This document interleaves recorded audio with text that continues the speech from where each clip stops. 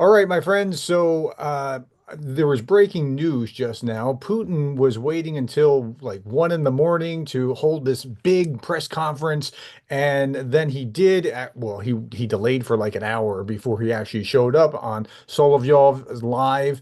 And here's what he had to say. Well, what he had to say, Greg Terry was texting me all this like in real time, and so he's traveling right now. He's been gracious enough to stop and like talk to us about what the breaking news is.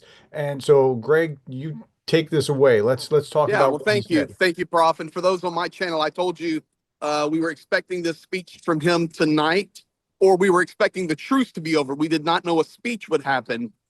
And then midnight came and the truce is over. And we heard that Vladimir Putin would be giving a speech at midnight at the official ending of the truce there for the Victory Day celebration. He made everyone wait for 1 hour and a half, and I'm watching it, and Prof and I are talking. He did come out. He made about a 7-minute speech. There were no questions. And he basically said about 4 or 5 key things that we need to pay attention to. And Prof and I were talking about, okay, I can translate this, I can voice it over, all of this. I said, you really don't need to. He only So, said 4 or 5 things. yeah, so in real time, he was sending me this, like, Mhm. here's what he's saying, play by play. And so I was thinking it was going to be one of two things. One, it's going to ramp up. Here's what we're going to do.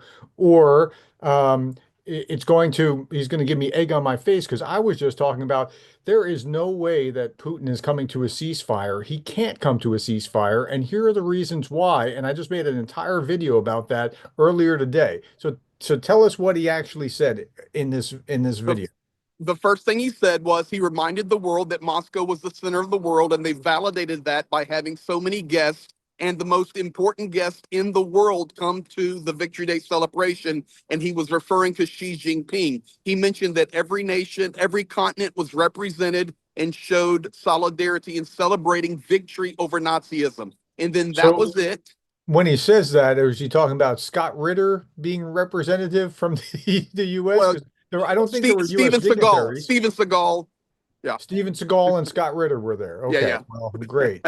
All right.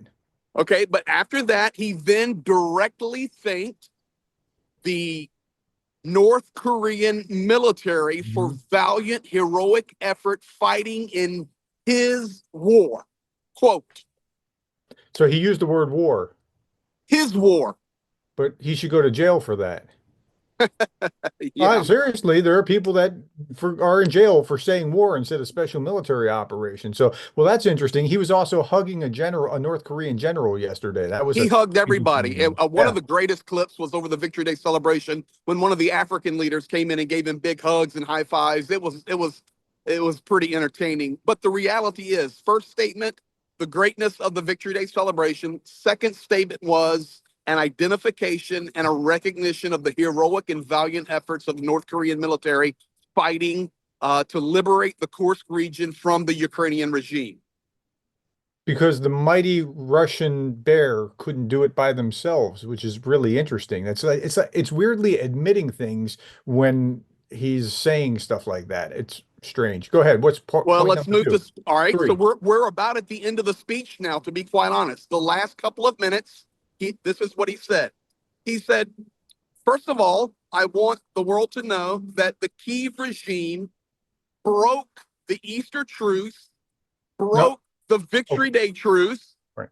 broke every truce that we have tried. They have broken it every time historically, and specifically on this Victory Day truce, they broke it 538 different drone attacks, X amount of incursions at the border, all of these things. It is the Ukrainian regime that is out of control. They did not honor our ceasefire.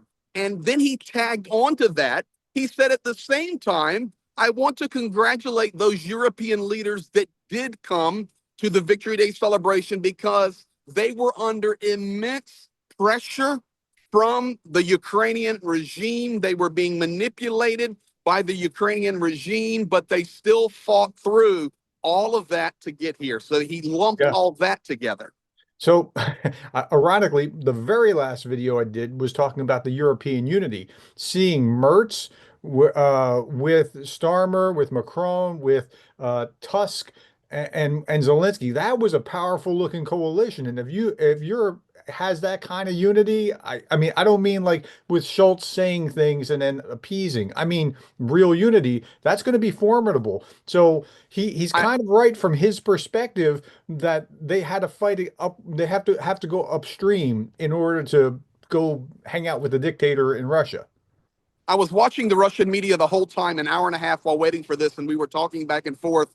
And I was texting you. I said, "What's interesting right now is they're talking about that meeting that happened and the ultimatum given for the 12th ceasefire that Trump would just come along with and support." And that's what they were analyzing. And they were talking even before Putin came out and gave his speech. They said, Putin will never accept that. First of all, Russia does not accept ultimatums. We will never accept an ultimatum. And secondly, they say it's really funny. The European leaders go to Kyiv, they make this show, and they come out and give us an ultimatum, but we have not heard one word, not one syllable from Donald Trump in regard after the Kyiv meeting. And they were talking back and forth, well, why isn't that? And then they said, well, of course, Donald Trump is waiting to hear what the supreme leader is going to say and what his thoughts Wow. are. And then he will come out and make a statement that kind of plays both sides of the fence. And that's Well, so exactly okay, so what they let's said. just correct that thought there for a moment because Trump was informed by those four, like the four and Zelensky, they had a meeting where they were talking to Trump on the phone before they came out and made their announcements. But I guess the supreme leader now is Putin. Is that's No, no, no. What they're saying is Trump hasn't made any statement publicly. okay? Publicly. He could have had a private talk with them, that's fine. But he's not the one coming out and saying publicly about the 12th. That was through third party talk. So they're saying, well, Trump's not going to say anything publicly until the supreme leader, Vladimir Vladimirovich, makes Yeah, his that's what I'm saying. statement They're tonight. saying until Putin is the supreme leader. Wow, Absolutely 100%. that is something. Okay, so Now, let's go to next step. yeah. Right before, 5 minutes before he came out to give his speech, Shaheeds were launched at Ukraine from one direction, two directions, three directions. And it kept coming more, more, and more. And that happened literally 5 minutes before he came out to speak. So he's coming out to speak about how he's going to have a peace deal, a peace negotiation that's going to start on a different day, like skipping over the time that the Ukrainian, British, French, German came American, out call it with, American. and they said, okay, well, we'll start on Monday. We'll go for 30 days. And he's ignoring that one.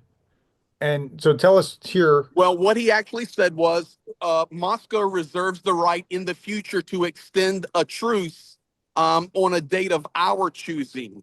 But but he never even responded to the meeting in Kyiv, the 12th ultimatum, the sanctions that would be forthcoming, nothing. What he said was, here is what we will offer. We will offer to resume the negotiations between Russia and Ukraine that were broken off by the Ukrainian regime in 2022. Tomorrow, I will be calling President Erdogan of Turkey and see if he would agree that the 15th we could get together and start talking about the situation, because Yeah. ultimately at the end of the day, we have to fix the root cause of the problem. Okay, so resume talks does not mean a ceasefire at all. It just means No, no, no, no. The talks. war is ongoing. And the We talks can, will be blamed on Kyiv for, they're just being obstinate. They're talking about they don't understand that that's what's going to happen. But there's going to be no ceasefire. There'll be no ceasefire until Putin is over a barrel and has to do it, in which case he might do it as a temporary thing. But yeah, okay. well, the Russian analysts that I was watching, the TV I was watching in Russia, there I was watching it. And then I was watching and reading the Ukrainian analysts that I follow. And actually, I texted you. I said they're both saying the same thing. And number one, because they know Putin and they know the Soviet Union and they know the KGB. First of all, Vladimir Putin will never, never accept an ultimatum from anybody on this planet. Never. That's not how you deal with the KGB. You don't give ultimatums. You negotiate to an end, but you do not give ultimatums, because he absolutely will reject that. That's why he didn't even mention it. He just ignored it completely and says, So, right. Okay. So they're going to have they're going to reopen negotiations on their terms, their way, they've through offered the Turkey, 15th. Mhm. somewhere next week. Next Thursday is what has been offered. He will be calling Erdogan tomorrow. Okay. No response from, of course, from Ukraine. It's in the middle of the night. Yeah. Yeah. But we'll see. But this is really, it was about 7 minutes long. He stood up. The reporters had said there will be no questions. He stood up. He said, thank you very much. He said, God bless you. He turned around and walked out of the room. That was it. So, folks, what you're watching is the recap of Greg watched this real time, and then was was feeding it to me on my phone by text, and so we're just explaining it to you. So, Greg, you got to get back on the road. Thank you for Yeah, your I am time. at the border of Missouri and Oklahoma. I'm going to finish out into Oklahoma City tonight. All right. And the reason why, and to all the mothers that are watching, happy Mother's Day tomorrow to all of you guys and all around the world. We thank you for mothers. Without mothers, we wouldn't be here. So I'm actually going to Oklahoma City, and we're going to be with my brother and I. It's just two of us. We're going to celebrate Mother's Day with our mother together for the first time in about 20 years. So Wow. cool. All right, man. Yeah, man. Happy, Be happy blessed. Mother's to you and a day to you and your Thank mom you. and all the mothers in the audience. And thank you for taking this time out of your busy schedule while you're on the road in order to bring us this Well, we breaking needed to update. get it out right now because I We'll want do people that. to we want people to know the truth. And this Yep. is exactly what he said, and that's all that he said. All right. Thanks, All right, man. man. Thank you. See you.